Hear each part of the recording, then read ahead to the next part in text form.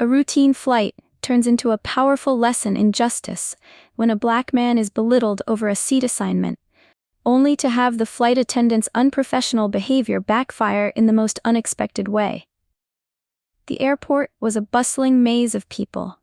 Tired travelers hurrying to catch their flights, families saying goodbye, and workers rushing to maintain some sort of order in the chaos.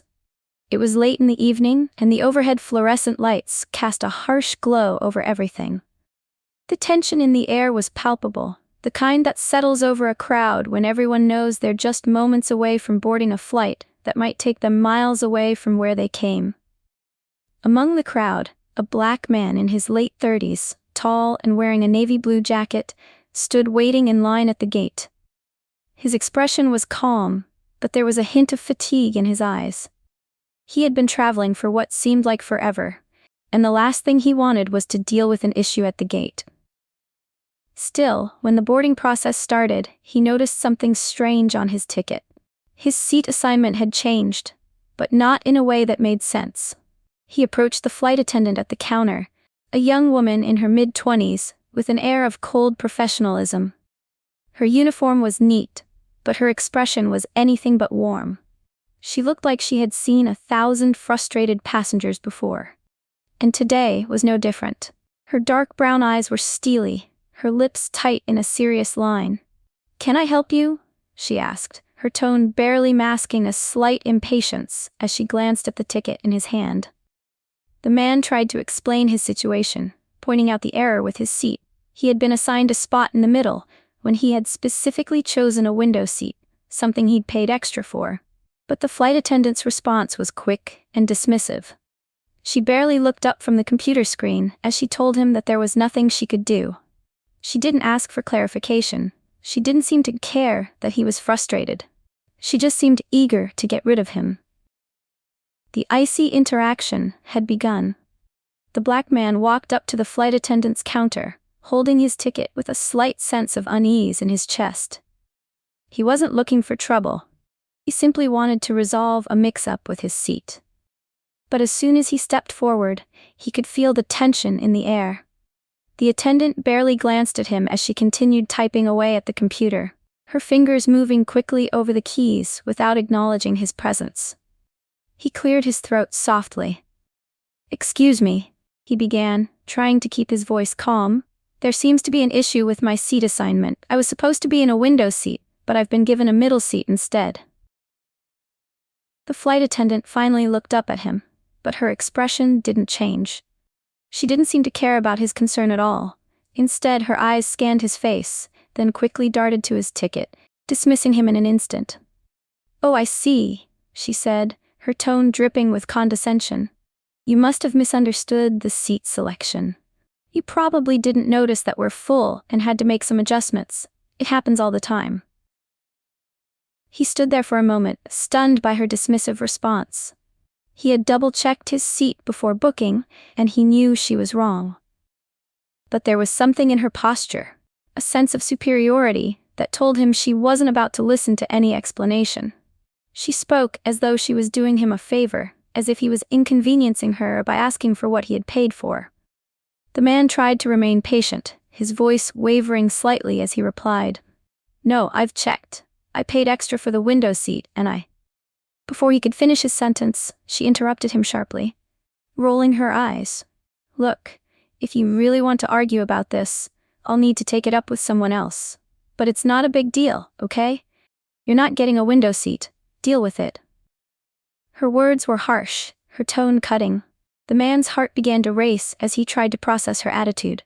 He was taken aback, not just by her refusal to help, but by the way she had assumed he was wrong from the start. Like he didn't belong, or worse, like he wasn't even worth the effort. He felt a heat rising in his chest, the sting of humiliation settling deep. He took a breath, trying to keep himself composed. But inside, the discomfort was starting to grow, and he couldn't shake the feeling that this wasn't just about a seat anymore. As the flight attendant's dismissive tone echoed in the air, a few nearby passengers began to notice the exchange. Some glanced over, eyebrows raised in confusion, while others couldn't hide their discomfort at the interaction unfolding in front of them. A few passengers looked at each other, whispering under their breath, sensing that something was off. The man's calm demeanor in the face of the rude treatment only seemed to amplify the tension around them. The flight attendant, oblivious to the growing unease, continued to type away on her computer, as if she were the only person in the world who mattered. But her cold, sharp attitude didn't go unnoticed. One woman, sitting across from the counter with her young daughter, glanced at the black man and then at the flight attendant. Her discomfort was visible. She couldn't help but feel the weight of what she had just heard. How the man had been dismissed so quickly, the way his concerns had been brushed aside as though he were an inconvenience. Another passenger, a man in his 40s, couldn't stand it anymore. He leaned over from his seat and said in a low voice, just loud enough for the flight attendant to hear, "That's not right, he paid for that seat. You should be helping him, not talking down to him like that." The flight attendant shot him a glare, but it didn't stop him. More passengers shifted uncomfortably in their seats, murmurs spreading through the waiting area. The black man stood there, feeling the heat of humiliation flooding his face. The words from the flight attendant, their condescension, the assumption that he was wrong from the start, stung him in a way that felt personal. His mind raced, his stomach turned. He was tired of being treated this way. Tired of being dismissed. He had tried to be patient, to ignore the sting of her words, but the more he thought about it, the angrier he became. His hands clenched around his ticket. And in that moment, something inside him shifted. "I'd like to speak to your supervisor," he said, his voice steady but firm. He didn't want to escalate things, but he couldn't stand there any longer, feeling small and unimportant. This wasn't just about a seat, it was about respect. And if he had to demand that respect, then so be it. The flight attendant stared at him for a moment, as if surprised by his request. But then, without a word, she turned toward the back of the counter and pressed a button, summoning someone to handle the situation.